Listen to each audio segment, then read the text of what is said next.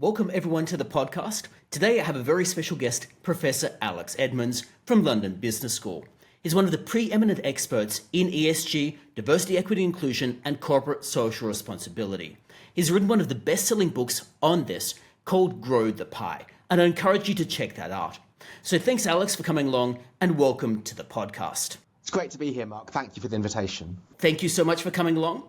And I thought we'd start off with perhaps one of your more controversial articles, the one titled End of ESG, where you highlighted that some of the ESG investing in ESG practices have perhaps overextended themselves. And you claimed that the ESG practice and ESG might be coming to an end. So is ESG really at a death knell, or what were you meaning by that? Well, the title certainly is controversial. So the title of this paper is The End of ESG. It's published in Financial Management, which is an academic journal, but there's not a single equation in it. So it's just as accessible to practitioners as it is to other academics.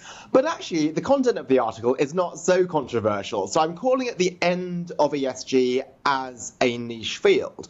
So actually, the start of the article is very pro-ESG. It argues that if indeed one of the goals of ESG is to improve long-term financial returns, because ESG factors are financially material, then that should be important to everybody. So with investors, it should be important to all fund managers, not just ESG fund managers.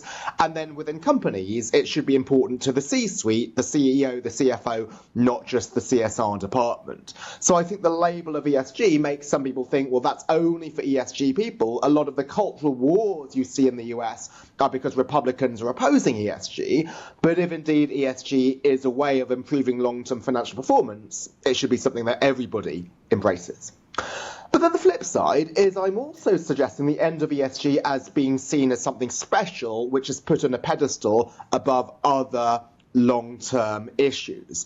So there are some investors who think that ESG is the most important thing about a company. So when you want to think about investing in a company, let's look at its carbon footprint and other types of metrics. I'm saying, yeah, those are important, but also what is important are things like capital allocation, productivity, innovation. So even somebody like me who does believe ESG is important, we should not put this above other long-term issues. And so sometimes some of the excitement about ESG might crowd out these other important issues which create long-term value. So is the takeaway then that when we're considering ESG, the real focus should be on how it affects cash flows and the cost of capital, and that's applicable to any investor, whether they label themselves as impact or green, or whether they're just an investor that invests to make money? Absolutely. So I see ESG as intangible assets. So these are assets which affect the long-term performance of a firm, but because they're intangible, the market might misprice them, and therefore they are things which might not be in their current price. And that's actually how I got into ESG to begin with. So my most cited paper on this topic is a paper in 2011 called Does the Stock Market Fully Value Intangibles? Employee satisfaction and equity prices. And here I looked at the effect of investing in the 100 best companies to work for in America. Those are companies that treat their employees well. But why did I choose that topic? It wasn't because it was an ESG issue. I didn't even use the phrase ESG a single time in that paper. Nobody really cared about ESG back then. I cared about it because it was financially material. It would affect a company's cash flows. We know human capital to be important, and therefore I thought employee satisfaction affects the motivation of human capital. And so sometimes nowadays people look at ESG issues irrespective of whether they are financially material. And again, this is where some of the more sensible backlash against ESG will come into. It's not the case that every single ESG issue will ultimately affect the long-term performance of a company. Some things are material and some things are not. So the goal is to look for things that could affect the company materially. Do you, in your opinion, need to be able to price those things? I'll give you an example. So we think about corporate poison pills, which are a sign of poor corporate governance mostly in most contexts. You can't necessarily price the impact on cash flows because how you value an NPV of a poison pill, that's rather difficult. So how would you incorporate those into your investment decision then? Yeah, so this is a really tricky one, is that if we think that something is important, then how do we know the effect on your cash flows? And this is a challenging thing, but it is for any other intangible asset. So let's say I think a company's got great management. Is that good management worth an extra 10% or 20% to cash flows? This is what the real skill of an investor is that based on his or her judgment and experience, they will know, well, what adjustments to make. So one starting point might be, well, if I think there's high, say, employee satisfaction, if I think that's going to lead to a lot of innovation, maybe I think the sales growth would be about 80 or 90th percentile compared to the industry peer group. So you at least will have some structure to it. You're not just plucking a number out of thin air. You could say, well, here is what equity research analysts are thinking about in terms of the distribution of the different companies within this industry. And I think because of this strong intangible asset, then we're going to be at this particular percentile. So how I see investors do it in practice is they don't go through every single ESG issue and say, well, this is going to lead to this being high or low, because it could be you have high employee satisfaction and then low, say, something else. What they overall might do is have an overall assessment of the company's business health, which is affected by ESG factors, but also affected by non-ESG factors, such as, say, brand and management quality. And then they might score that company, say, A to E on the scale. And then based on your overall scale, then you might say, well, I think the company should be in the 80th percentile for these particular metrics, be these sales growth or margins. So with that in mind, what's your perspective on the ESG indexes, which have become a bit of a cottage industry? It seems like there's a new one every day almost. Each index provider wants to be able to sell their own index. They're proliferating. So are ESG indexes then useful, or would you defer to something else? So I'm not really sure what the role of an ESG index is. So if the role of an ESG index is to find companies with nice characteristics which then will improve long-term returns, which is indeed how they are sold, I think this makes no sense at all. Why? Because, as we discussed earlier, ESG is just one of many things that drive long-term returns. Why do we want to have indices based on ESG, not, say, management quality? And number two, what you learn in Finance 101 is that something drives long-term returns only if it's not priced by the market. So what ESG indices do is they take ESG factors and shove them into this whatever determines your index inclusion, irrespective of whether it's priced in. So I'm afraid that on this topic, I do have to have some sympathy with some of the skeptics about ESG. Is an ESG index something which is just done for marketing reasons so that index providers can sell them? And also, does it allow lazy people who want to claim to do ESG investing to say, oh, hey, I'm within this index, or I'm buying companies with high ESG ratings? If you're somebody who's late to the ESG bandwagon and you want to claim to be doing it, then you will take a metrics-driven approach. Just like if I have no expertise on basketball, I couldn't watch a basketball player and see who's better or worse, but I could have statistics on the number of rebounds and baskets that somebody scored, and then have a purely metrics-driven measure. So I don't see what the role of ESG indices is. Number one, there's only quantitative stuff. Number two, it doesn't take pricing into account. And number three, it excludes other factors that are relevant for long-term returns.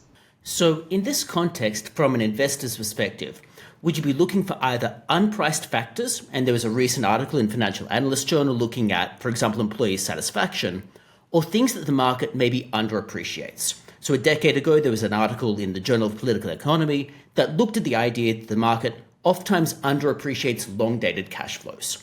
So if you're an investor, would you be looking for those types of situations? If you're trying to perhaps extract alpha, you were looking for where the market is not quite priced in some of these good quality ESG factors. Absolutely. So there could be multiple reasons for why you might be an ESG investor, but the one which is most commonly argued is financial returns. And if it is in financial returns, then you go back to Finance 101. A characteristic can only lead to long-term financial returns to the extent to which it's not priced in. And so therefore we can't look at these characteristics divorced from actual asset pricing. Now then people will counter me and say, well, okay, Alex, you're an economist, you only think about financial returns and you ignore the fact that another reason why people want to do ESG is the societal impact. Is that even if it's fully priced in and it doesn't improve our financial returns, then we still want to invest in companies that demonstrate this ESG characteristic. So my response to that will be twofold. Number one, why do you want to do that? There are people who believe that if I just invest in, say, companies which are, say, in renewable energy, I'm providing them with capital. But you're not, because you can only buy into those companies if somebody else sells. You're not really providing new capital.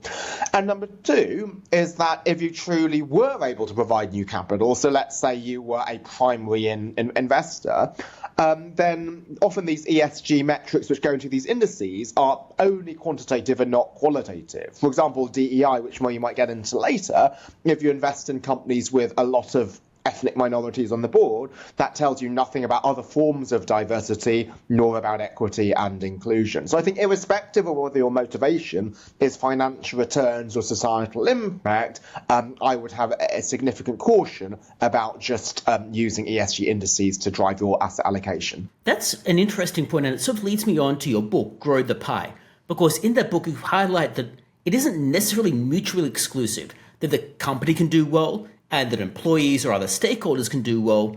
Rather, all of these parties can do well together. So can you perhaps go through the mechanism through which helping out employees or helping out the environment or helping out government or policyholders might actually benefit the company in this context?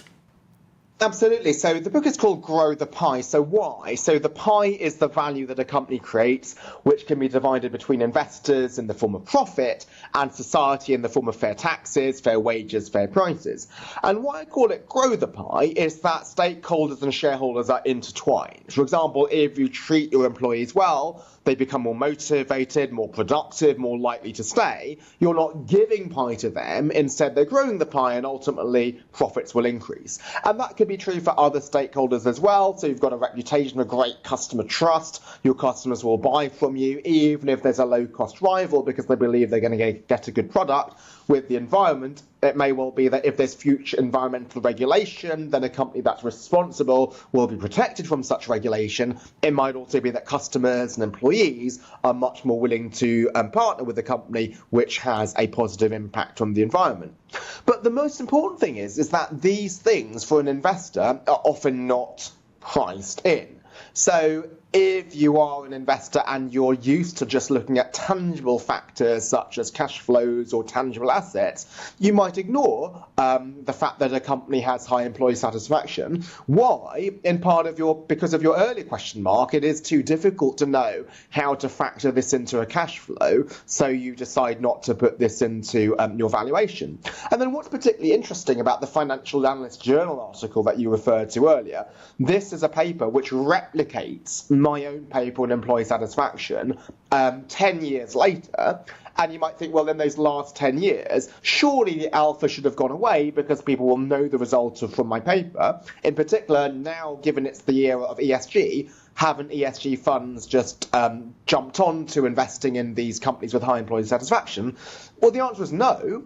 Why? Because they might be following quantitative ESG metrics, things like diversity statistics. They're not capturing something qualitative like employee satisfaction, and that's why this recent paper found that my results still continue to hold 10 years after the initial publication. So part of it can come down to the alpha still is on the table because a number of funds are maybe not looking into the full spectrum of these characteristics, so employee welfare, for example, and are just looking at it perhaps myopically. Is that the takeaway from this? To the excitement based on being on metrics-based ESG, and this really doesn't capture the true value potential of ESG. Again, it's a bit like to evaluate the performance of a school by standardized test scores. This was tried in the US about 20 years ago, and actually the rhetoric was pretty similar to the arguments about ESG right now. If we have some scores, that brings accountability, that will allow us to allocate capital to the better performing schools, just like SRI investors want to allocate their own capital. We know what this led to is schools just teaching to the test. And similarly, this obsession with ESG metrics will lead to companies just focusing on the ESG issues that can be quantified and go into these metrics rather than the ones that truly might matter. For example, employee satisfaction versus more tangible things just like pay or diversity stats. So this leads me on to an interesting quirk I've seen in the literature in relation to ESG, which is that you'll see papers sometimes simultaneously claiming that you can have a higher return and also a lower cost of capital.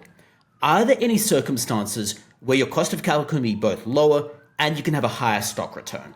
Or is that just generally not going to occur? In equilibrium, this cannot be the case. And so this was the reason for my recent own Financial Analyst Journal article called Applying Economics, Not Gut Feel to ESG, which just takes basic economic concepts and applies them to ESG and highlights that there's quite a lot of nonsense, unfortunately, in some of the ESG claims being made because these things are just inconsistent. For example, as you're suggesting, Mark, the return that investors get equals the cost of capital to a company. So in equilibrium, if indeed ESG reduces the cost of capital, then it also reduces the return to investors. If ESG means that a company is safer and therefore companies can raise capital at lower cost, then because the company is safer, investors are willing to provide capital to it for a lower return. So the idea that it can be simultaneously good for both companies and investors really doesn't make sense because the cost of capital to the company is the return to an investor. Now, you can have that in disequilibrium if the market is not efficient.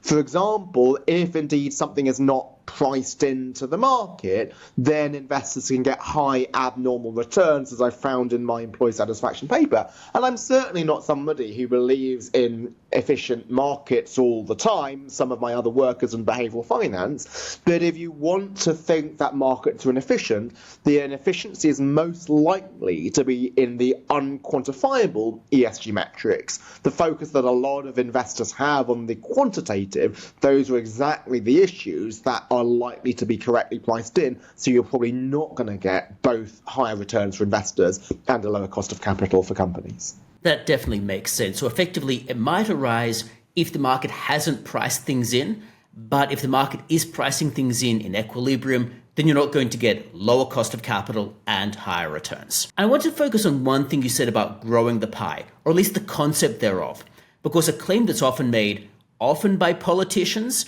but often by unions as well, is that CEOs are taking a larger and larger slice of the pie. So thinking about CEO compensation, I know you've done quite a lot of research on this, and you've got a project that is about to take off looking at CEO compensation as well. Can you give us an idea about the current practice with CEO compensation and whether it does appear to be too high?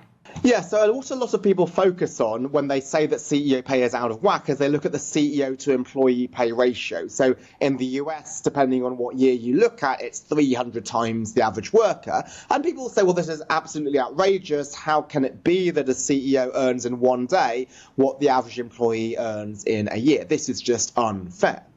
But then their notion of fairness is equality. And for me, the correct measure of fairness is a reward which is proportionate to your contribution.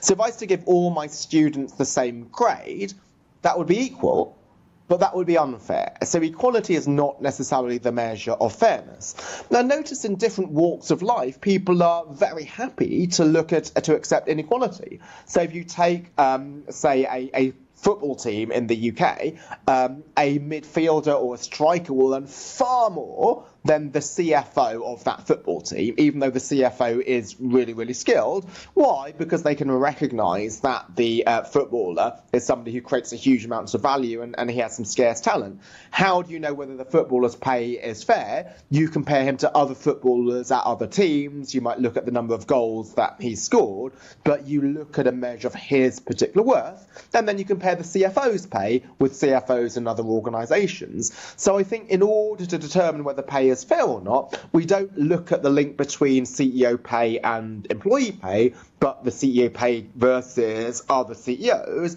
and also his or her contribution, which is why the thing that I focus on in a lot of my work is not the level of pay, but the structure.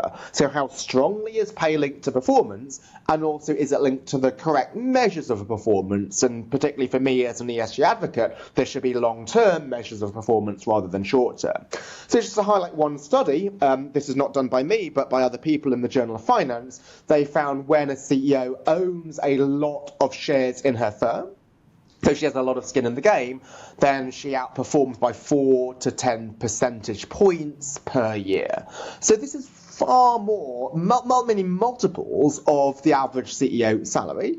And so this suggests that if we really want to reform pay, then the better way to do this is to link pay much more to long-term performance rather than to tweak the levels. It absolutely makes sense, because if you pay peanuts, you get monkeys, so to speak. And if you're not rewarding the incentives or the performance, then they might not perform particularly well. You'll have a quiet life type situation.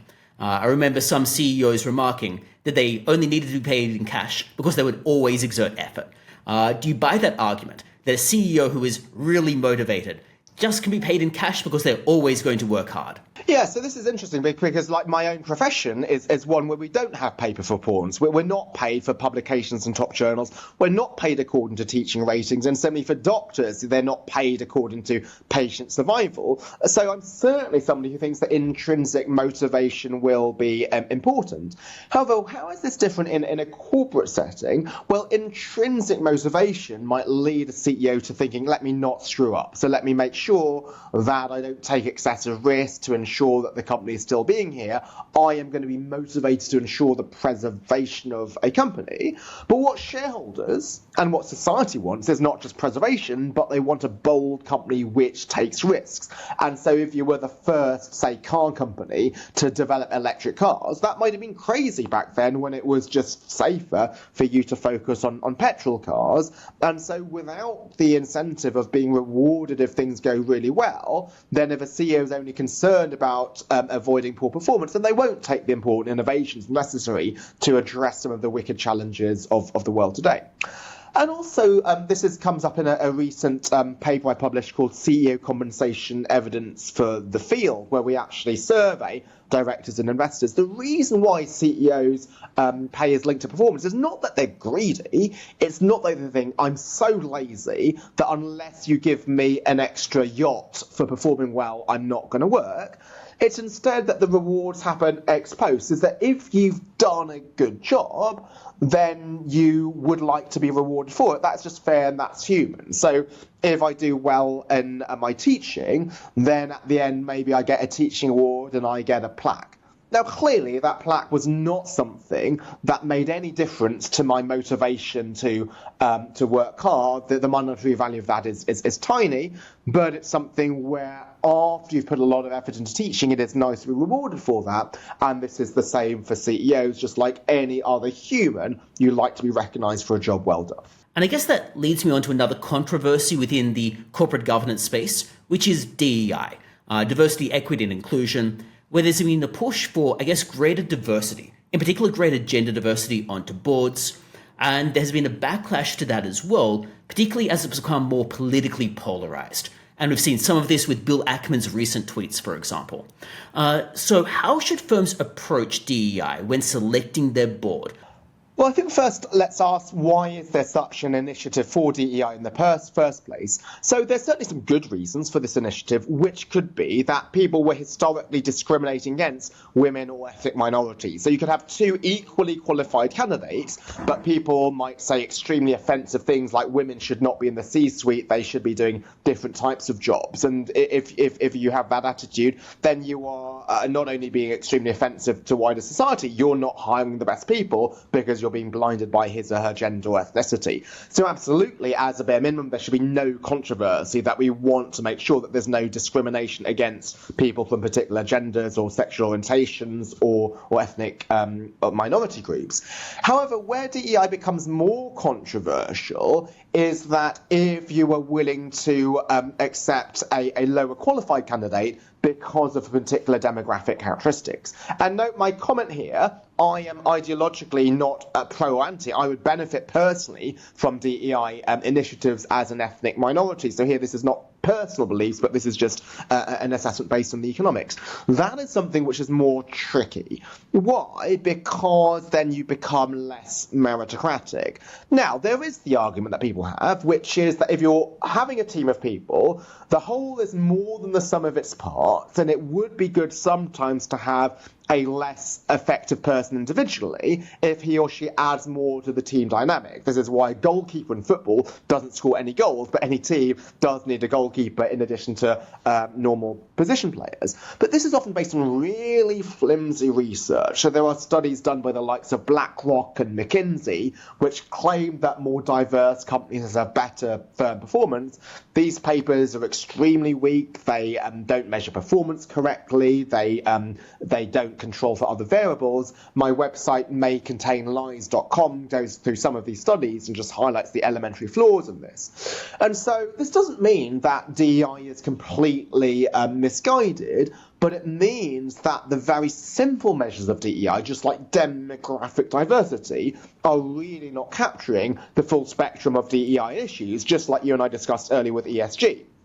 So DEI is such a huge, complex topic. There's so many types of diversity. There could be gender or ethnic, but this could be socioeconomic diversity. There could be cognitive diversity. To reduce a human being just to are you a man or you're a woman is extremely reductive. This suggests that, okay, all men must think the same and you can't add another viewpoint if you happen to be male. And similarly, if you're female, then you're automatically going to be diverse and inclusive, when there could be white males who are very accommodating and some females who act as bullies. So just to reduce a human to this and to say, well, because you were born with this particular gender, you cannot add any inclusivity or any cognitive diversity of the team, I think is really problematic.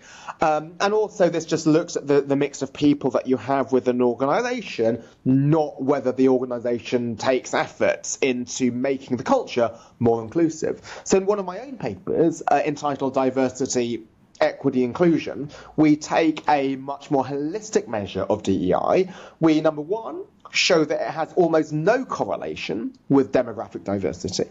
And then number two, we find that our broader measure of DEI is strongly linked to future financial performance, whereas demographic DEI is not. So this suggests that the demographic DEI that a lot of investors and companies and regulators are focusing on is hitting the target and missing the point. Again, people get lazy. They look at what can be measured, irrespective of whether it actually matters.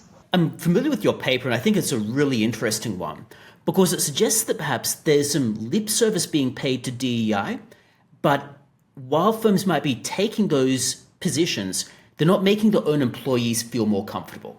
And my takeaway was that if you make your employees feel more accepted, as if they're going to be part of the corporate family, then you end up with better performance. Is that how one should interpret your findings? That's absolutely right. So why sometimes some DEI initiatives are met with resistance is it pits, say, ethnic minorities against Caucasians. And so, okay, one is going to improve the statistics and another is not. Whereas if you're thinking about DEI as I have defined it with my co-authors, this is something which benefits everybody. So if you are a workplace which is inclusive, which is going to be accepting and also encouraging different viewpoints, it allows everybody to speak out, this is good for all employees, rather than some of the current DEI initiatives, which is we need to hire somebody from this group at the expense of another group, even if the latter person is more qualified. It does lead me to another question, which is the idea of how we're executing these studies. Because a few times you've mentioned studies that you've executed or other people have executed, but also you mentioned a couple of industry studies, so some by BlackRock, for example, that maybe hadn't been so well done. What should people be looking out for when they're analysing these studies? What should people be really careful of to look at whether the study actually holds water? So I think the first thing that people should look at is who's written the study. So what is the goal of an academic researcher? It is to do research and to create science. And this might be creating some positions which are unpopular. So, for example, Galileo, when he said, well, actually, the sun is the centre of the universe rather than the earth, he was very unpopular for that. Some of the most powerful diversity papers have been done by female economists. They have no ideological position on this issue. They just want to see where the science leads. If you contrast that with McKinsey and BlackRock, those are great organisations, but they're not great at academic research. That's not just their goal. As BlackRock is great at managing assets, and McKinsey is great at providing consulting services to companies, but that's very different from doing scientific research. So why do they do research to begin with? It's often a branding issue. It's to position themselves as a thought leader in this space, and therefore then they can get some consulting or asset management businesses. And therefore, if you want to position yourself as a thought leader, you want to find some results that people would like to hear. And so on the issue of diversity, it has to be that diversity improves firm performance. Have we ever seen an organisation which is non-academic coming up with a paper showing that diversity worsens firm performance? I don't think I've ever seen such a paper, because it would just not be good for the company's brand to have that report, whereas there have been academic studies which have had those findings. So one great paper in the Quarterly Journal of Economics is by Kenneth Ahern and Amy Dittmar, both leading finance professors. Amy is now the provost of Rice University, which is a very, very senior position, and I presume that in that position she does a lot of pro-DEI work, but the research was not because she was anti-DEI. That's what the evidence suggests, and therefore it means that any DEI work that she does within Rice University is going to be much more deep and much more nuanced than just looking at basic statistics. And also Rice University hired her into this position despite this earlier paper, because they know that what she did that research for was to add to science, not just to create a good public relations. But another thing that you can look at is this published in a top peer review journal? Because you do have academics, there's just a different range, and sometimes you can have a really top academic who then jumps onto a hot issue, even if he or she doesn't have much expertise. So the fact that that person is from Harvard University still might not mean that the study is good. So another thing that we look at is it published in a top peer review journal? So what happens in a peer review process, I was an editor of a journal for 6 years, is you send out a paper to leading experts in the field, and they independently scrutinise it and give anonymous comments to the journal editor. And through this process, mistakes are corrected. Going back to CEO pay, there was a paper which initially found the higher the CEO to worker pay ratio, the worse the company performance.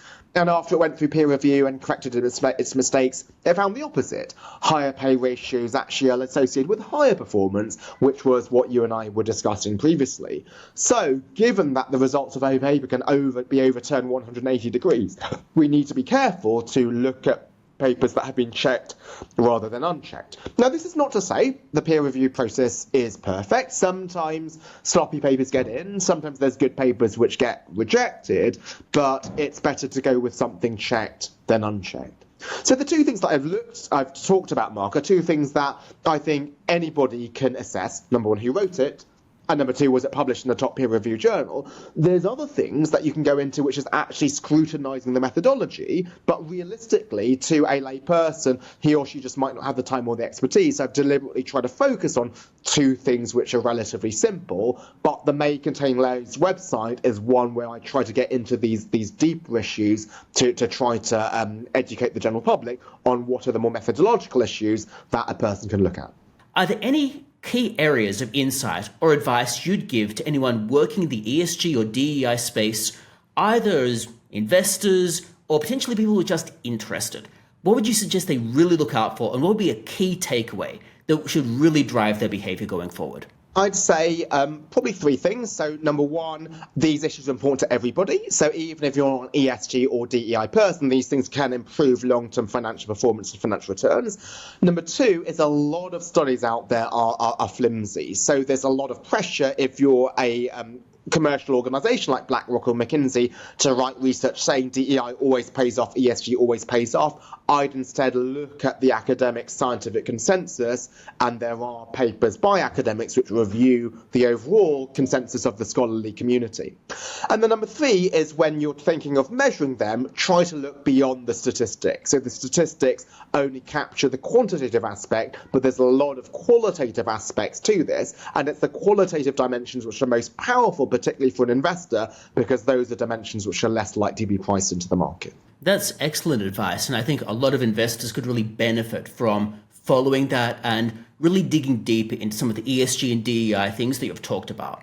So with that in mind, Thanks so much, Alex, for coming along. I know that we're at time at the moment. For people who want to find out more about ESG and DEI and corporate responsibility, it's worth checking out Alex's book, Grow the Pie, but also maycontainlies.com, where I know that Alex has gone through quite a lot of these studies by industry and otherwise that maybe have some issues with them, and it's very valuable reading. So thanks a lot, Alex. I very much appreciate you coming along.